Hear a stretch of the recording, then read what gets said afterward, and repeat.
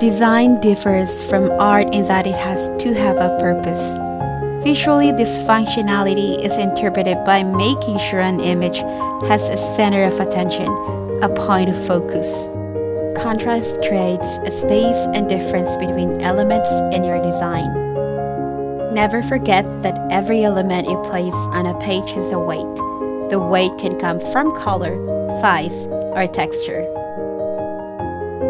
If you limit yourself to 2 strong typefaces or 3 strong colors, you'll soon find you'll have to repeat some things. That's okay. It's often said that repetition unifies and strengthens a design. Close proximity indicates that items are connected or have a relationship to each other and become one visual unit, which helps to organize or give structure to a layout.